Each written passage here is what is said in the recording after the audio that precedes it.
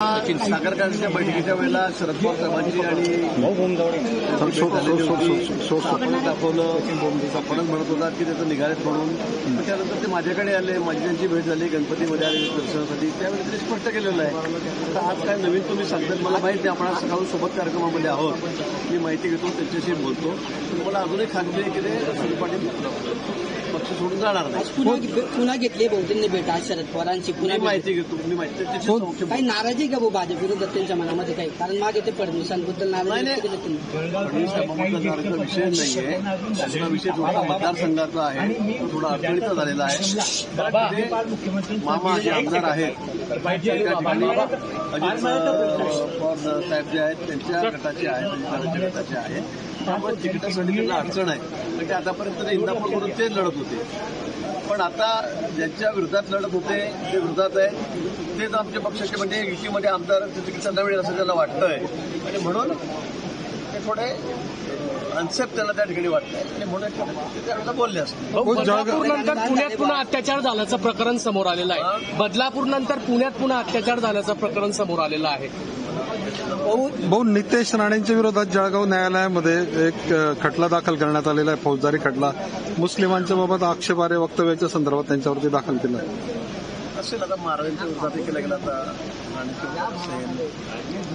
खटले तर कुठे दाखल करता येतात, त्यामुळे मला पवार सर संजय गायकवाडांनी म्हटलंय आज हे भाजपने 140 जागा लढल्या तर त्यांचे 100 जागा येऊ शकतात. मात्र आम्ही 100 जागा लढल्या तर आमच्या 80 जागा येतील. भाजप जास्त जागा लढेल तर आम्ही पण कमी जागा लढणार नाही असं संजय गायकवाडांनी म्हटलं आहे. गायकवाड म्हणताय तर त्यांना आता मी त्याच्याबद्दल काय बोलावं. गायकवाड साहेब नेहमी बोलतच असतात, सध्या रोज बोलतात म्हणून. पण शेवटी हा निर्णय सगळा पक्ष शेट्टींचा आहे.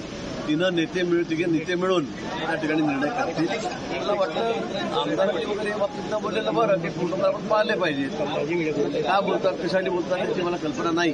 पण आमच्या तिन्ही पक्षांमध्ये एक वाक्यता आहे, आमच्यामध्ये कुठेही वादविवाद नाही. असं वाटतं की आता आम्ही सुद्धा 2 दिवस मुंबईमध्ये सगळ्या बैठका चाललेल्या आहेत. म्हणून मला असं वाटतं की त्यातून एक चांगला तोडगा त्या ठिकाणी निघेल जागा वाटपाच्या संदर्भातला. ते लवकरच आपल्या समोर येईल. निलेश राणे शिवसेनेमधून निवडणूक लढवणार असं बोललं जात आहे.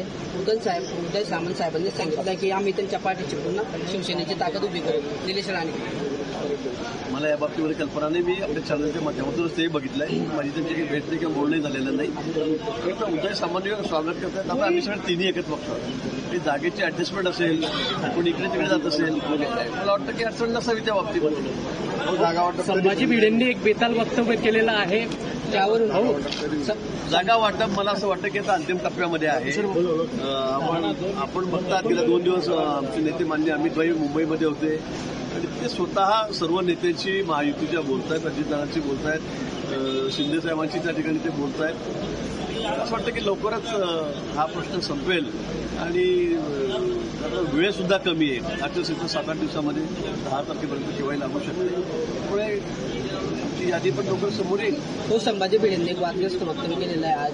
त्याची संपूर्ण महाराष्ट्रामध्ये चर्चा होते. त्यांनी म्हटलंय की बेशर्म लोकांचा समाज म्हणजे हिंदुस्थानाचं त्यांनी म्हटलं.